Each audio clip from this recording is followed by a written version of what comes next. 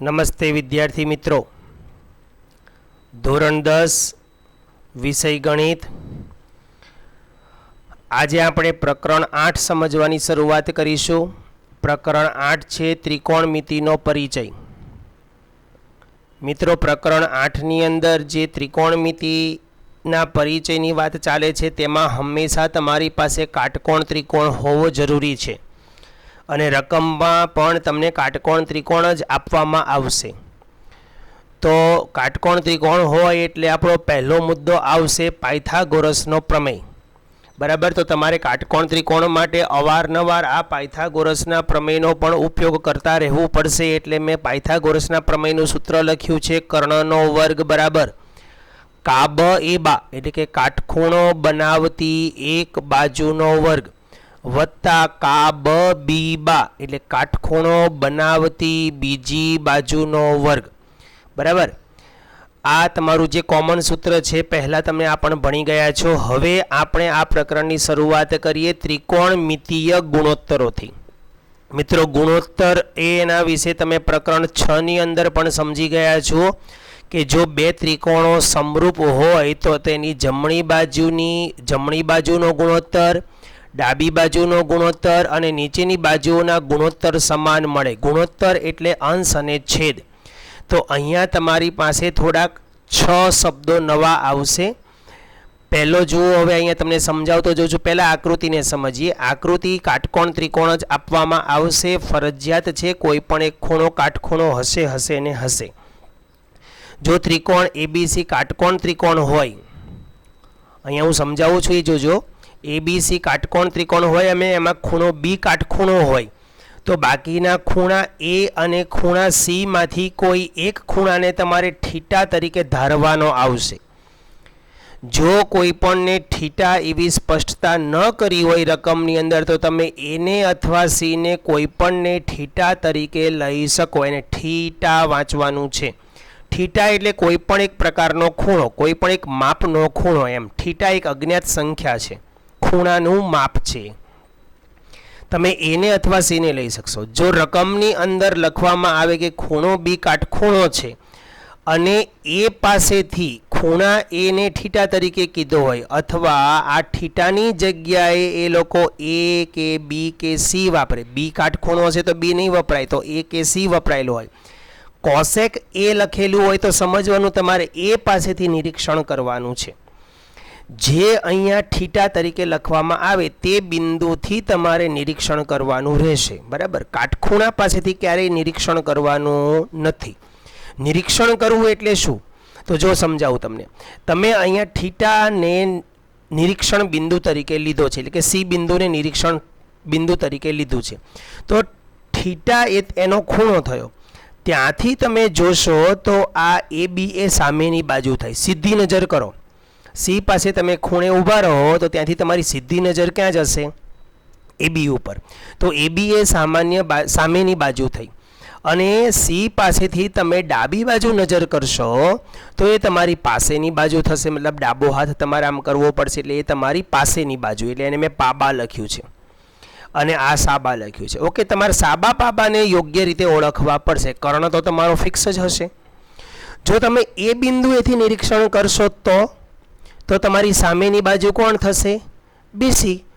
એ બિંદુએથી નિરીક્ષણ કરશો તો સાબા બીસી થશે અને જમણી બાજુ તમે આમ વળાંક કરવાનો છે. જો આ રીતે આમ કરો, સીધી લીટી જાય એટલે સામેની બાજુ અને અહીંથી આમ વળીને આવે તો આ એની પાસેની બાજુ બનશે. ક્યારે? એ બિંદુથી નિરીક્ષણ કરશો ત્યારે. બરાબર, અત્યારે હું આને ભૂસી નાખીશ.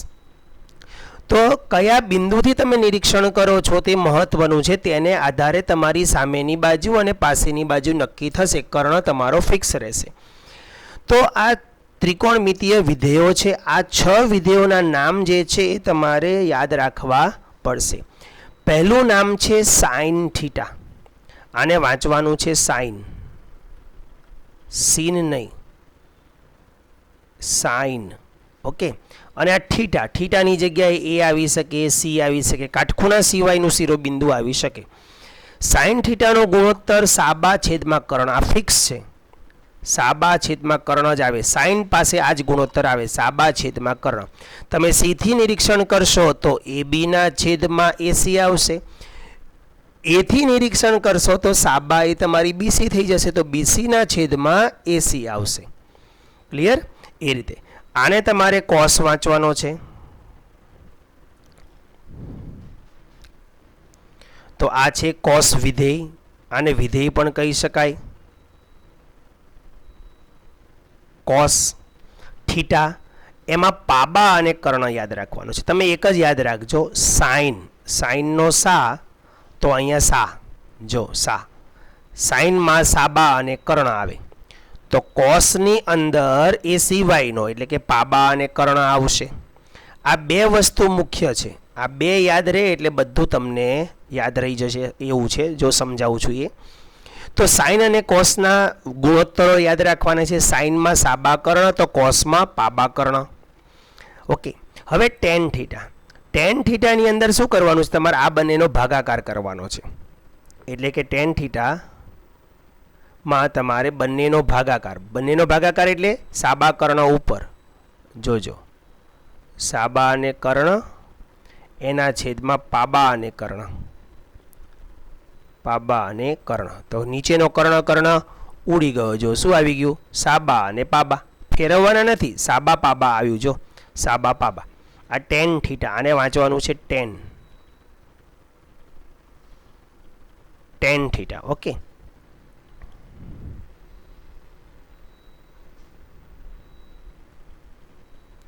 તો આ રીતે ટેન થીટા આવશે. સાઇન, કોસ અને ટેન આ મુખ્ય વિધેયો છે. ત્યારબાદ એની સામેના આ વિધેયો જુઓ. આ એના ક્રોસ વિધેયો છે. ક્રોસ વિધેય અથવા તો એને તમે બીજું કહી શકો વ્યસ્ત વિધેય. આ એનો વ્યસ્ત છે. આ બાજુના બધા વ્યસ્ત વિધેયો આવશે. આ મૂળ વિધેય કહેવાય, આ વ્યસ્ત વિધેય. તો આને વંચાય છે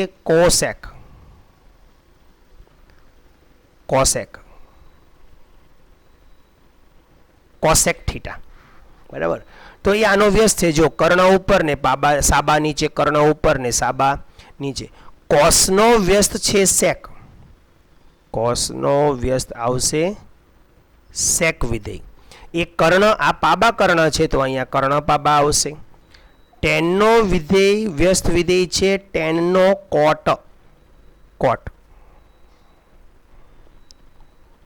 કોટ વિધેય. તો આ સાબા પાબા છે તો અહીંયા પાબા સાબા થશે. તમે મુખ્ય આ ત્રણ યાદ રાખજો, સાઇન, કોસ અને ટેન. આ ત્રણ રહેશે તો એના વ્યસ્ત વિધેયો તમને ઓટોમેટિકલી યાદ રહેશે. પણ યાદ રાખજો, સાઇનનો કોસેક છે, કોસનો સેક છે અને ટેનનો કોટ. ટેન કોટ કદાચ યાદ રહી જશે, ટેન અને કોટ. આમાં ટી છે ને આમાંય પણ ટી છે. અહીંયા જો એસ છે, કોસ, તો અહીંયા સેક. અહીંયા સાઇન ન આવે છે પણ અહીંયા એનથી શરૂ થતો નથી, એટલે કોસેકને તમારે અલગ રીતે યાદ રાખવો પડશે. ઓકે, જેમ આનો ટી છેલ્લો છે એમ આનો ટી પહેલો છે. ઓકે, આ રીતે યાદ રાખી શકશો તમે. આ ત્રિકોણમિતિ વિધેયો છે અથવા એના જે ગુણોત્તરો પણ કહી શકાય, વિધેય પણ કહી શકાય. આ જે છે ને નામ છે, tan theta, cos theta, sec theta, cosec theta, cot theta, આ બધા વિધેય છે અને આ એના ગુણોત્તર છે. તો વિધેય અથવા ગુણોત્તરોના પૂરા નામ છે. મૂળ વિધેય છે સાઇન, જો ઉપર દેખાશે તમને. હું ખાલી સાઇન લખું છું, થીટા સીધો જોડ દઉં છું. કોસ જ લખું છું, સીધો થીટા. એટલે ત્રણ અક્ષર જ, અહીંયા જ ખાલી 5 અક્ષર છે, બાકી બધે 3 અક્ષર જ યાદ રાખવાના છે, પહેલા 3. તો સાઇનનું પૂરું નામ છે SINE, વંચાય એને સાઇન જ, બરાબર. આને શું વંચાશે? સાઇન. SINE છે પણ ઈ કાઢી નાખવામાં આવે છે. ગણતરીમાં ઈ નથી લખવાનો, પણ કદાચ પૂરું નામ પૂછે તો ઈ જોડી દેવું પડશે, સાઇન. પછી એ જ રીતે નીચે કોસ છે. કોસનું પૂરું નામ છે કોસાઇન. સાઇન અને કોસાઇન તમને ખ્યાલ હશે એમાં.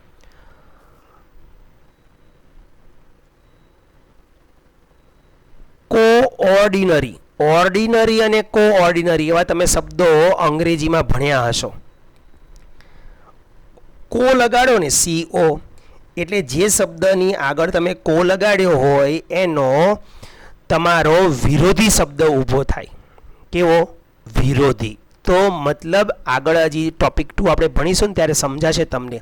સાઇનનો કોસ એ વિરોધી છે એમ સેક અને કો સેકન્ડ. જો સેકન્ડ અને કો સેકન્ડ આમાં પણ કો લાગ્યો છે તો સેકનો વિરોધી સેક કોસેક છે. આ બંને અરસપરસ વિરોધી છે. આ બંને પણ અરસપરસ વિરોધી છે પણ સામસામેના વ્યસ્ત છે.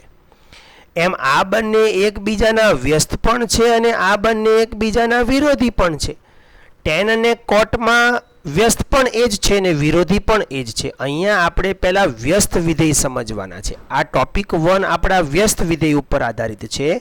ટોપિક 2 આપણા ટોપિક 2 કે ટોપિક 3 આવે છે એ આપણા વિરોધી વિધેય ઉપર આધારિત છે. વિરોધી વિધેય વસ્તુ અલગ છે અને વ્યસ્ત વિધેય અલગ છે. કેમ કે દિવસનો વિરોધી રાત થાય પણ દિવસનો વ્યસ્ત રાત થાય નહીં. ઓકે, એ રીતે બીજું ગણિતની ભાષામાં સમજીએ. 2 નો વિરોધી શું થાય? 2 નો વિરોધી -2 થાય પણ 2 નો વ્યસ્ત કંઈ -2 ન થાય. ગણિતની ભાષામાં 2 નો વ્યસ્ત શું થાય? 1/2 થાય.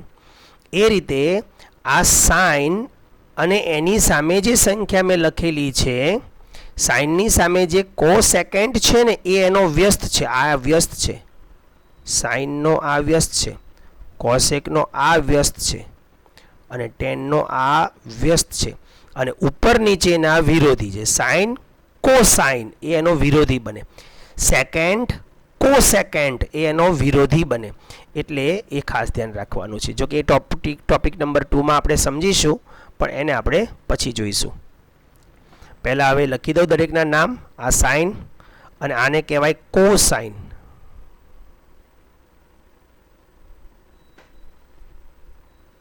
કોસાઇન અને આને કહેવાય ટેન્જેન્ટ.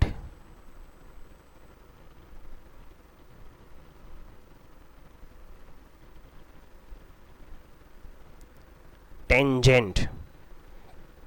અહીંયા છે કોસેકન્ટ.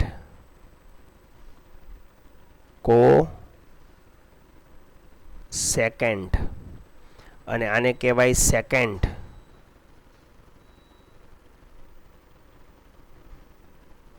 એટલે આ બે એકબીજાના વિરોધી થશે પણ સામસામેના વ્યસ્ત થશે અને અહીંયા કોટેન્જન્ટ.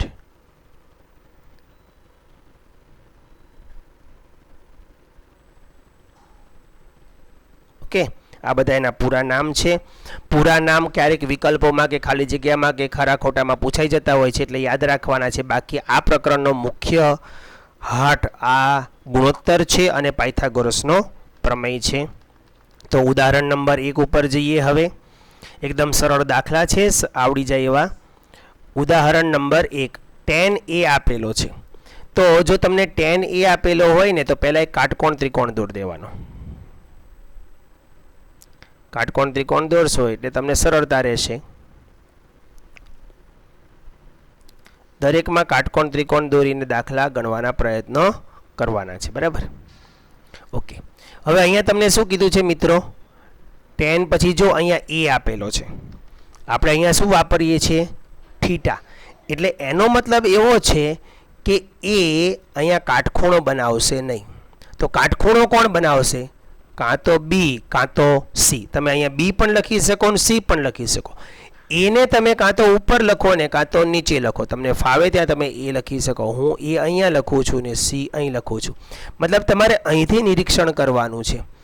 વિધેયની સાથે જે અક્ષર આપેલો હોય ને ત્યાંથી તમારે નિરીક્ષણ કરવાનું છે. આ તમારું નિરીક્ષણ 9માં આવતું હતું તમારે નિરીક્ષણ. 9માં તમારે ગતિના વેગના પાઠમાં આવતું હતું સંદર્ભ બિંદુ. આ તમારું નિરીક્ષણ બિંદુ છે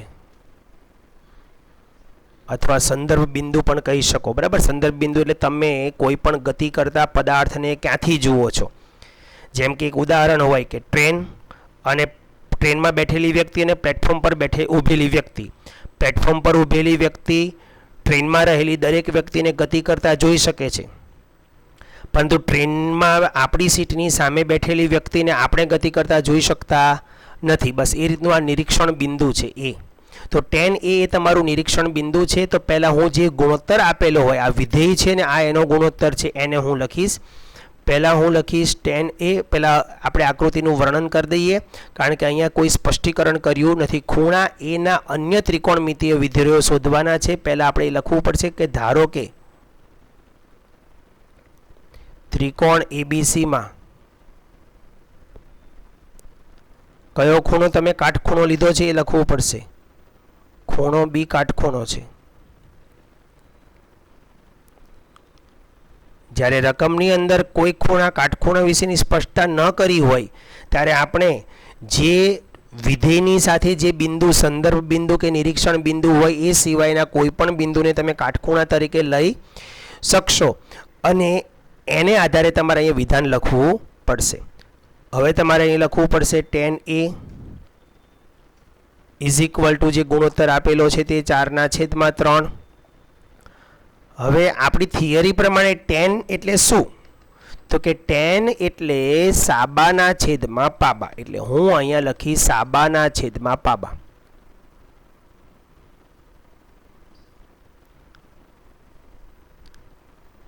આ વિધેય લખવાનું, ગુણોત્તર લખવાનું. વિધેય છે, વિધેયનો આ ગુણોત્તર છે. આ બાજુ આવશે 4/3 તેમના તેમ. મેં આ tan a ની જગ્યાએ સાબાના છેદમાં પાબા લખ્યું થિયરી પ્રમાણે, બરાબર. પણ ક્યાંથી સાબા ને ક્યાંથી પાબા? તો કે a થી. a થી સામેની બાજુ કોણ છે? તો કે a થી સામેની બાજુ એટલે તમારી BC અને પાસેની બાજુ એટલે આમ વળાંક વળીને એ તમારી AB. તો આ થઈ ગઈ સાબા. a થી નિરીક્ષણ કરવાનું છે. આ થઈ ગઈ પાબા. તો હવે એની કિંમતો મૂકીએ. સાબા એટલે કોણ? તો કે BC. સાબા એટલે BC. પાબા એટલે કોણ? તો કે AB ઇઝ ઇક્વલ ટુ 4/3. હવે મિત્રો ધોરણ 10નું ચેપ્ટર 3 યાદ આવે તો, બરાબર, દ્વિઘાત સમીકરણો, સોરી દ્વિચલ સુરેખ સમીકરણો ઇઝ ઇક્વલ ટુ કે ધારીને આપણે કરતા હતા તે chapter number 2, sorry chapter number 2માં આપણે શૂન્યોનો સરવાળો અને શૂન્યોનો ગુણાકાર બહુપદીઓવાળું પ્રકરણ ભણી ગયા ને. શૂન્યોનો સરવાળો અને શૂન્યોનો ગુણાકાર આપેલો હોય તો તેના ઉપરથી આપણે બહુપદીને શોધતા હતા એ. તો આમાં તમારે દાખલા તરીકે શૂન્યનો સરવાળો a/b આવે, યાદ કરાવું જુઓ. શૂન્યનો સરવાળો એટલે a/b, સોરી શૂન્યનો સરવાળો આવશે તમારો, શૂન્યોના સરવાળાને કહેવાય -b/a અને શૂન્યોનો ગુણાકાર આવે છે તમારો c/a. તો શૂન્યોનો સરવાળો જો તમને આપેલો હોય b/a ઇઝ ઇક્વલ ટુ અહીંયા 3/2, તો તમે અહીંયા શું કરતા હતા? એકાંતર પ્રમાણ આપતા હતા અને ઇઝ ઇક્વલ ટુ કે ધારીને કામ કરતા હતા કે નહીં? બસ એ જ રીતે અહીંયા તમારે કામ કરવાનું છે. તો આપણે અહીંયા શું કરીશું? પહેલાં એકાંતર પ્રમાણ આપી દઈશું, એટલે કે BCના છેદમાં લઈ લઈશું 4 ઇઝ ઇક્વલ ટુ AB ને ઉપર લઈ લઈશું અને એના છેદમાં 3 રાખીશું અને ઇઝ ઇક્વલ ટુ કે ધારો એમ લખીશું, બરાબર. તો માટે BCનું મૂલ્ય કેટલું મળશે? BCનું મૂલ્ય, આને દબાવી દો થોડીક વાર માટે. તો આ નથી એમ સમજો, આ થોડીક વાર માટે નથી એવું સમજો. તો BC/4 is equal to K થાય તો BC is equal two 4K થઈ જાય કે નહીં? તો BC is equal two 4K અને AB is equal two 3K. AB is equal two 3K. આ જે કિંમતો આવી એ હવે અહીંયા BC ઇઝ ઇક્વલ ટુ અહીં લખો તમે 4K અને AB ઇઝ ઇક્વલ ટુ અહીં લખો 3K. હવે આને આધારે પાયથાગોરસ લગાડો. ત્રિકોણ ABC કાટકોણ ત્રિકોણ હોવાથી પાયથાગોરસના પ્રમેય પ્રમાણે હવે પાગોપ્ર મુજબ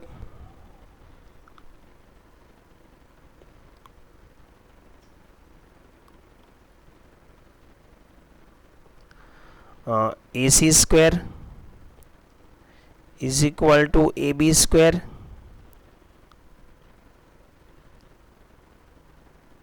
પ્લસ BC² એસીનો વર્ગ આપણી પાસે નથી પણ એ બી છે, એ બી 3, તો 3નો વર્ગ 9k²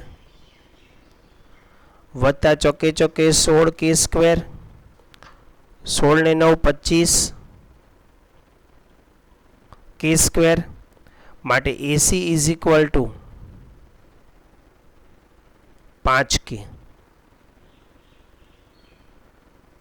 એટલે કર્ણ પણ તમને મળી ગયો, આ 5k થયો.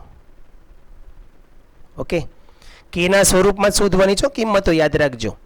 હવે તમારે બાકીના વિધેયો શોધવાના છે. અહીંયા એમ કે છે બાકીના વિધેયો, જો ખૂણા એના અન્ય ત્રિકોણમિતીય વિધેયો, અન્ય એટલે આપણી પાસે tan છે તો બાકીના કેટલા વધ્યા? 5. એ 5 એ 5 હવે તમારે અહીંયા લખવાના રહેશે. તો પહેલાં કયો લખીએ? સાઇન લખીએ. તો માટે સાઇન એ લખવાનો છે. નીચે શોધીશું આપણે cos a શોધવાનો. ત્યારબાદ sec a પણ શોધવાનો.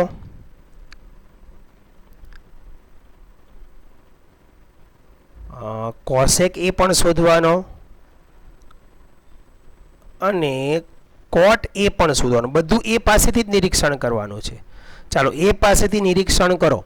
એ પાસેથી નિરીક્ષણ કરો તો સાઇનમાં શું આવે? સાબાના છેદમાં કર્ણ આવશે. આ લખવાનું ખાસ ધ્યાન આપજો.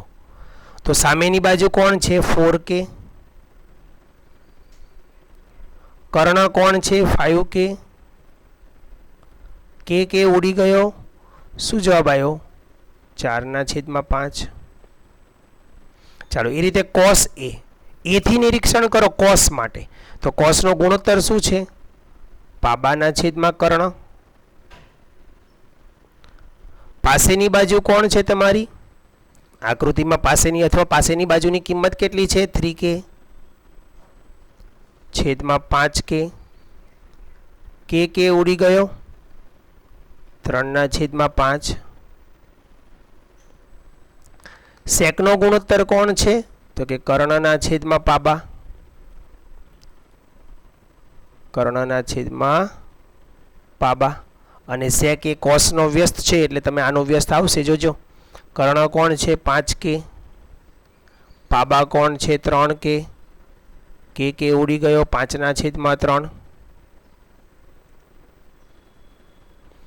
સેક એ સાઇનનો વ્યસ્ત છે એટલે એનો ગુણોત્તર શું છે એ યાદ રાખજો. ગુણોત્તરો યાદ રાખજો. કર્ણના છેદમાં સાબા.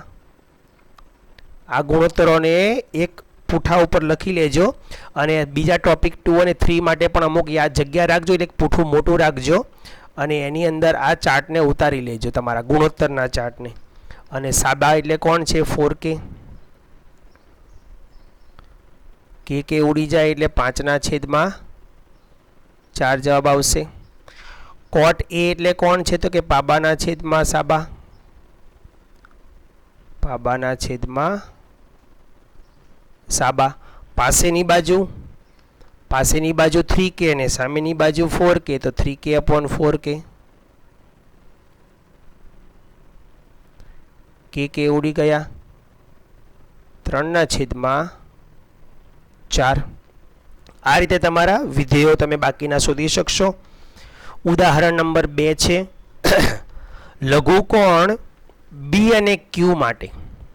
sin b is equal two sin q છે તો સાબિત કરો કે ખૂણો b ઇઝ ઇક્વલ ટુ ખૂણો q. અહીંયા મિત્રો તમને રકમ આપેલી એટલે કે આકૃતિ પણ આપેલી હશે. જોઈ લઉં રકમની અંદર. તો જુઓ આકૃતિ આપેલી છે, લખ્યું છે એ લોકોએ. જુઓ આકૃતિ 8.9. નીચે 8.9ની આકૃતિ આપેલી છે. એમાં સાબિત કરવાનું છે આપણે ખૂણો b. સાબિત આપણે એ કરવાનું છે કે ખૂણો b બરાબર ખૂણો q. આ b અને q સરખા ક્યારે થાય? પહેલાં તો કોઈ પણ બે વસ્તુને સમાન બનાવવી હોય તો પહેલાં આ બંને ત્રિકોણ વચ્ચેની આપણે સંગતતા છે એ કોઈ પણ એક ક્રમે સંગતતા, સમરૂપતા કે સંગતતા, એકરૂપતા બતાવવી પડે. બરાબર? એ સંગતતા ન બતાવો ત્યાં સુધી તમારું કામ થઈ શકે નહીં. તો સંગતતા, સમરૂપતા બતાવવા માટે આપણે કામ કરીએ. પહેલાં અહીંયા તમને ખૂણો b અને ખૂણો q લઘુકોણ છે એની માટે તમને લખીને આપ્યું છે. જુઓ sin b રકમની અંદર તમને લખીને આપ્યું છે sine B is equal to sine Q. તો આપણે અહીંયા લખીએ પહેલાં સાઇન બી. પહેલાં સાઇન બી એટલે શું થાય એ લખીએ. તો sine B is equal to, તો બીથી નિરીક્ષણ કરો, બીથી નિરીક્ષણ કરો અને સાઇન બી એટલે સામેની બાજુ આ થાય અને આ એની પાસેની બાજુ થાય. અને એ રીતે સાઇન ક્યુ શોધશો તો આ એની સામેની બાજુ થશે અને આ એની પાસેની બાજુ થશે. બરાબર ને? તો આપણે સામેની બાજુ અને પાસેની બાજુને આધારે જ બધું કામ કરવાનું છે. Sine B is equal to શું? તો કે સાબાના છેદમાં કર્ણ. સાબાના છેદમાં કર્ણ. તો સામેની બાજુ કોણ છે? સાઇન બીની, બીથી નિરીક્ષણ કરવાનું છે. સામેની બાજુ કોણ છે? તો કે એસી. અને છેદમાં કર્ણ કોણ છે? તો કે એ બી. તો મતલબ આ સાઇન બીની કિંમત થઈ. એ જ રીતે બાજુમાં તમને બીજું શું આપ્યું છે? સાઇન ક્યુ. સાઇન ક્યુ માટે પણ બાજુની આકૃતિમાં જોવાનું છે ને, સાબાના છેદમાં કર્ણ. એટલે આ પણ ચેપ્ટર 6 આધારિત છે એટલે અહીંયા મેં આ ચેપ્ટરને લીધું છે. અહીંથી સામેની બાજુ કોણ છે? તો કે પીઆર. અને કર્ણ કોણ છે? તો કે પીક્યુ. આ પણ કિંમત કોની છે? સાઇન ક્યુની. પરંતુ સાઇન બી અને સાઇન ક્યુ કેવા છે? સમાન છે એવું રકમમાં લખ્યું છે. પરંતુ sine B is equal to sine Q અહીં લખ્યું છે જો રકમમાં. બરાબર? એટલે એને આપણે સીધા અહીંયા લઈ લીધા. તો અહીંયા સાઇન બી એટલે કોણ? તો કે એસીના છેદમાં એ બી ઇઝ ઇક્વલ ટુ, અહીં શું લઈ લઈશું આપણે? પીઆરના છેદમાં પીક્યુ. અને આવું આવે જ્યારે બે ગુણોત્તર તો ઇઝ ઇક્વલ ટુ કે ધારી લો. પેલાની જેમ થયું જો, ઇઝ ઇક્વલ ટુ કે ધારીએ તો હવે એસી ઇઝ ઇક્વલ ટુ શું થાય? આ વચ્ચેના ભાગને દબાવી દો. આની જેવો દાખલો થયો જો, અહીંયા સંખ્યા આપેલી છે ઇઝ ઇક્વલ ટુ કે ધાર્યો, અહીંયા આપણને ગુણોત્તર જ આપેલો છે તો ઇઝ ઇક્વલ ટુ આને હમણાં થોડીક વાર દબાવી દો તો AC upon A B is equal to K થાય. તો AC is equal to A B K થાય. એ બી કે, એ બી એ કોઈક માપ છે અને કે એ કોઈ અજ્ઞાત સંખ્યા છે, ધ્યાન રાખજો. અને તો પીઆર ઇઝ ઇક્વલ ટુ શું થાય? PR is equal two PQ કે થાય. કે ને થોડોક છૂટો લખીએ આપણે એટલે ભેગું ન લાગે. ઇન્ટુ કે કરી દઈએ, પીક્યુ ઇન્ટુ કે. ઓકે, તો આ એસી અને પીઆરના માપ થયા. હવે આપણે જો અહીંયા બે બાજુઓ તો સમાંતર છે, આ બેનો એટલે કે એસી અપોન એ બી, આ એસી અપોન એ બી એટલે કે ડાબી જોડે ડાબી લઉં અને પીઆર જોડે એટલે કે આ ડાબા સાથે જો આનો હું એકાંતર પ્રમાણ આપી દઉં તો શું થશે એ બતાવું તમને. જો એસી, આ એ બીને ઉપર લખું છું ને પીઆરને નીચે લખું છું તો પીઆર અહીંયા આવશે ઇઝ ઇક્વલ ટુ એ બી ઉપર જશે અને પીક્યુ નીચે આવશે. આને હું આ રીતે પણ લખી શકું. બરાબર? તો એસી અપોન પીઆર, તો આ એસી છે જુઓ હવે, અને પીઆર એટલે આ પીઆર છે. એટલે આ કઈ બાજુ થઈ? બંને ત્રિકોણની જમણી બાજુ, સોરી ડાબી બાજુ.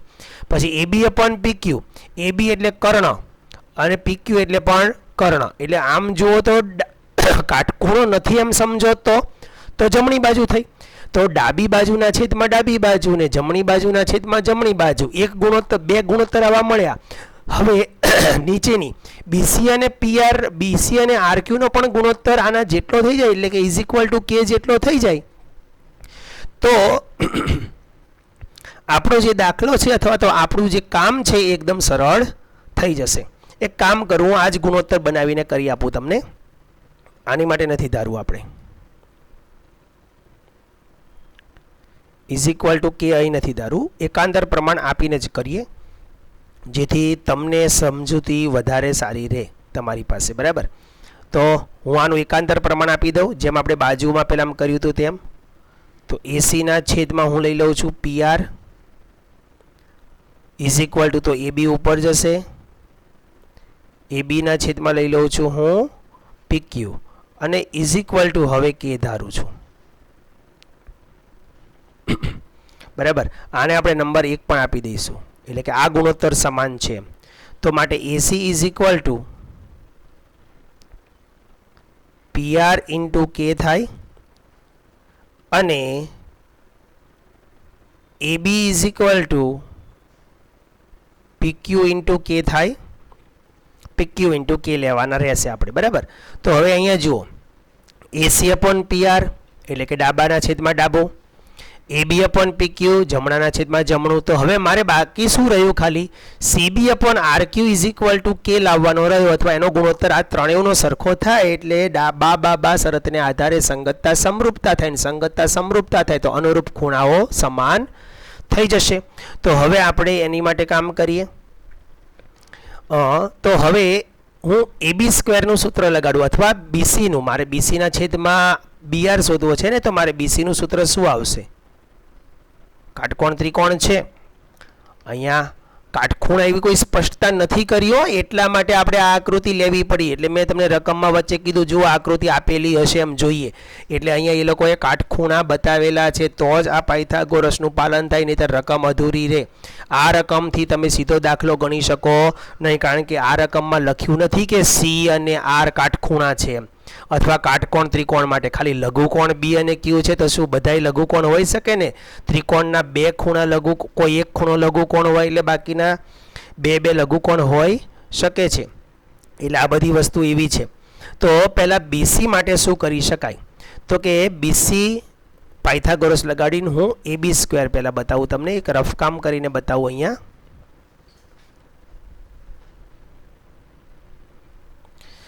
પહેલાં હું AB સ્ક્વેરનું સૂત્ર બનાવું છું, જો ધ્યાન આપજો. AB square is equal to શું થાય? તો કે AC સ્ક્વેર વત્તા BC સ્ક્વેર થાય. હવે મારે જરૂર છે BC સ્ક્વેરની, તો હું AC સ્ક્વેરને આ બાજુ લઈ જઈશ. તો AB square minus AC square is equal two BC square થશે કે નહીં થાય? તો માટે BC ને જ મારે શોધવો હોય તો BC ઇઝ ઇક્વલ ટુ આ બાજુ મારે વર્ગમૂળ લેવું પડે ને. AB સ્ક્વેર માઇનસ આખાનો AC સ્ક્વેર, કંઈ આના વર્ગ ન ઉડે હો, કારણ કે વચ્ચે સરવાળો બાદબાકી હોય તો સીધા વર્ગ ઉડતા નથી. બરાબર. તો એ જ રીતે હવે આ જો આ તો BCનું મળ્યું, હવે એ રીતે હું RQનું લખી શકું. તો માટે RQ ઇઝ ઇક્વલ ટુ શું થાય? તો કે આખું વર્ગમૂળ, અને RQ માટે ધ્યાન આપજો. RQ માટે શું લખી શકીશ હું? PQ square minus PR square લખી શકીશ.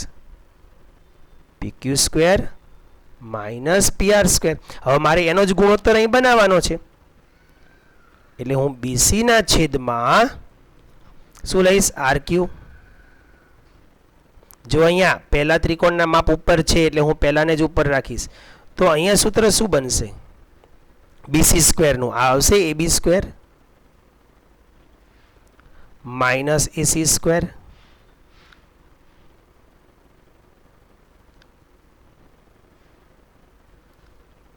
છેદમાં આવશે PQ સ્ક્વેર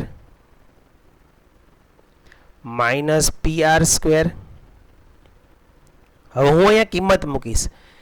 AB ની મારી પાસે કિંમત કોણ છે? તો કે PQ ઇન્ટુ K છે. તો હું અહીંયા એની કિંમત મૂકીશ. ધ્યાન આપજો, જોજો. AB ની જગ્યાએ PQ ઇન્ટુ K મૂક્યું છું. તો AB સ્ક્વેર હોય તો PQ square into K square થશે, માઇનસ AC ની જગ્યાએ PR ઇન્ટુ K મૂકીશ તો PR square into K square થશે. મિત્રો રકમની અંદર જો રકમ સાથે આકૃતિ ન આપી હોત ને તો તમે દાખલો ગણી શક્યા ન હોત. એટલે જ મેં પણ અટકીને પહેલાં આકૃતિ રકમમાં ફરી પાછી જોઈ, કારણ કે એમાં કાટખૂણાની સ્પષ્ટતા પણ કરી નથી, પણ આકૃતિમાં કાટખૂણો બતાવ્યો છે. કાટખૂણાની સ્પષ્ટતા ન કરી હોય તો તમે આ નિયમ પણ પાયથાગોરસનો છે આ લગાડી શકો નહીં. હવે આમાંથી K સ્ક્વેર કોમન કાઢો. K સ્ક્વેર કોમન કાઢીને વર્ગમૂળની બહાર જતો રહેશે એટલે ખાલી K વધશે. તો વર્ગમૂળની અંદર કોણ વધશે? PQ square minus PR square વધશે, અને આખાના છેદમાં વર્ગમૂળની અંદર કોણ વધશે? તો કે PQ square minus PR square. હવે આ આખું વર્ગમૂળ PQ square PR square PQ square PR square ઉડી જશે, ઇઝ ઇક્વલ ટુ આવશે K. આ કિંમત કોની આવી? BC/RQ ની કિંમત પણ K આવી. આને નંબર આપી દો 3. હવે જુઓ તમે, સોરી 2 નંબર આપી દઈએ આને. હજી તો બીજું જ પરિણામ મળ્યું ને, આ તો 2 પરિણામથી આપણને ખબર પડી ગઈ. હવે જો આ ગુણોત્તરની પણ કિંમત K છે અને આ ગુણોત્તરની પણ કિંમત K છે. માટે પરિણામ 1 અને 2 પરથી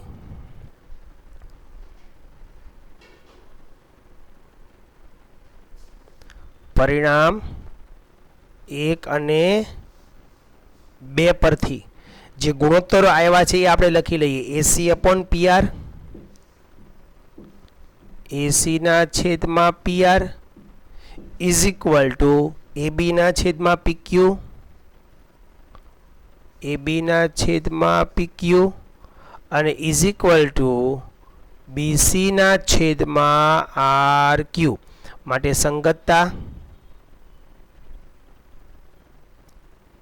માટે સંગતતા લખવાની રહેશે. હવે કયો ક્રમ છે? તો જો હું અહીંયા A, C અને B લખું છું. ACB બરાબર. તો AB AC સાથે PR આવ્યો તો અહીંયા હું PR લખી દઉં. પછી આમાં ખ્યાલ આવે છે ને, AC સાથે PR, તો AC પહેલું બીજું જોડે PR, પછી CB અથવા AB તો A અને B, તો P અને Q, તો P અને અહીં શું આવશે? Q. સંગતતા સમરૂપતા થઈ. સંગતતા સમરૂપતા છે. શરત કઈ આવી? બા શરતને આધારે સંગતતા સમરૂપતા થાય. અને તો અનુરૂપ ખૂણાઓ, ખૂણો A સાથે ખૂણો P પણ સરખો થાય, C સાથે R પણ સરખો થાય ને ખૂણા B સાથે Q પણ સરખો થાય. માટે B બરાબર Q. આ સાબિત થઈ ગયું. સમજાઈ ગયું? તો આ રીતે તમારે આ દાખલો ગણવાનો રહેશે. ઉદાહરણ 3 થી આપણે નેક્સ્ટ પીરિયડની અંદર જોઈશું. બરાબર. આ તમારા 70% કોર્સની અંદર ઉદાહરણ 1 થી 5 છે અને સાથે સાથે થિયરીના પોઈન્ટ્સ પણ છે. તો મિત્રો તમારે આ વસ્તુને ખાસ ધ્યાનમાં લેવાની રહેશે. આ પ્રકારના દાખલાઓનું પ્રમાણ વધારે છે પરીક્ષાની અંદર પૂછાવાનું. બરાબર. ઉદાહરણ 3 આપણે આવતા પીરિયડમાં જોઈશું. જય હિન્દ, જય ભારત.